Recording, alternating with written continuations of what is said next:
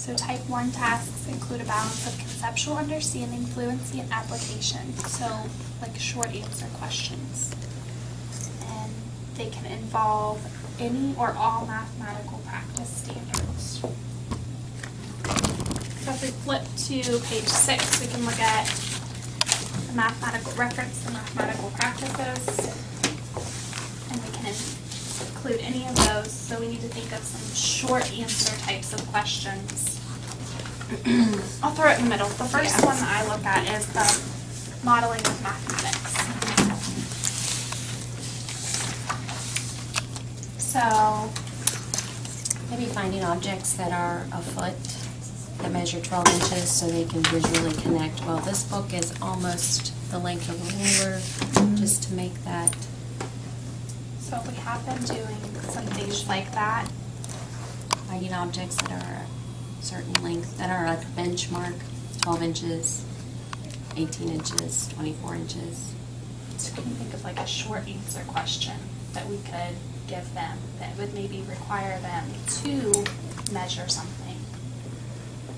I know something I taught in 3rd grade was from your elbow to your wrist being 12 inches, the tip of your finger, the tip of your thumb being an inch, and I had that as an exit slip. What is something that you can use to help you think of an inch?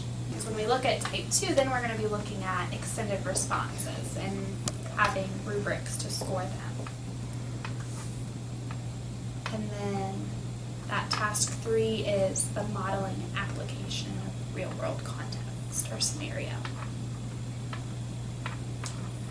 So really when I looked at modeling with mathematics, that's going to come in big in task 3.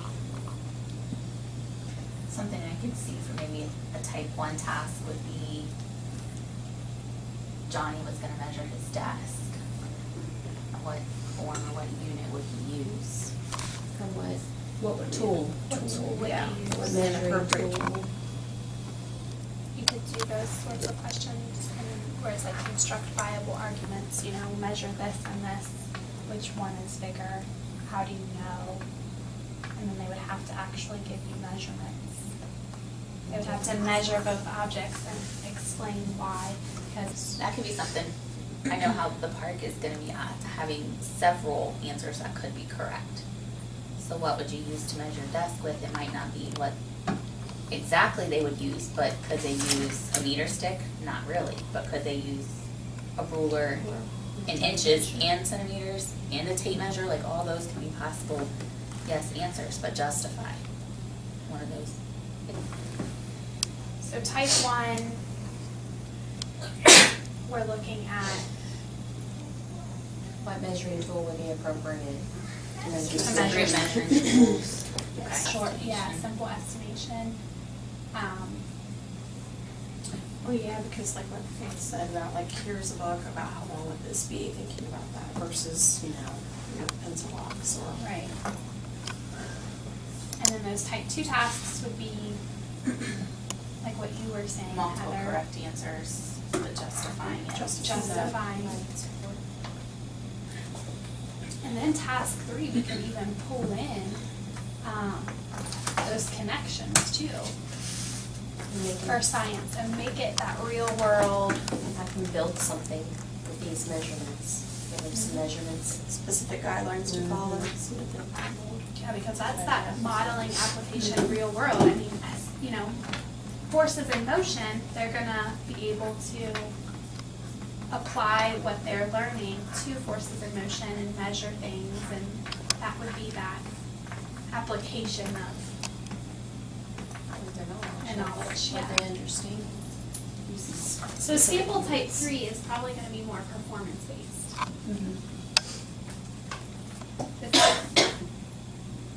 Am I on the right track with thinking that with that modeling and application in real world, that would be more performance based assessment? Where type 1 and type 2 tasks may be more that common formative assessment?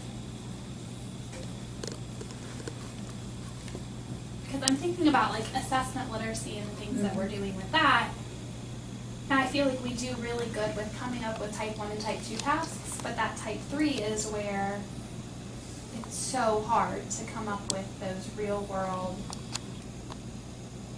projects for them. How to score those and being consistent in how we kind of rubric and, yeah. So I think those type 3 tasks might be something that we all need to like really work. And we need to make sure that we are incorporating several of the standards into this task. Yes. So this would be That would kind of 3, be 4, 5 step problem. where they have to compare.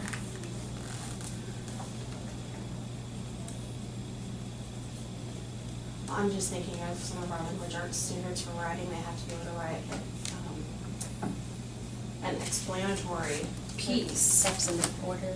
Yeah, being able to tell what they're doing and why. Maybe we can Link that into how link they that did this, into our how language to arts write. with our real world scenario. Yeah, we can completely do that.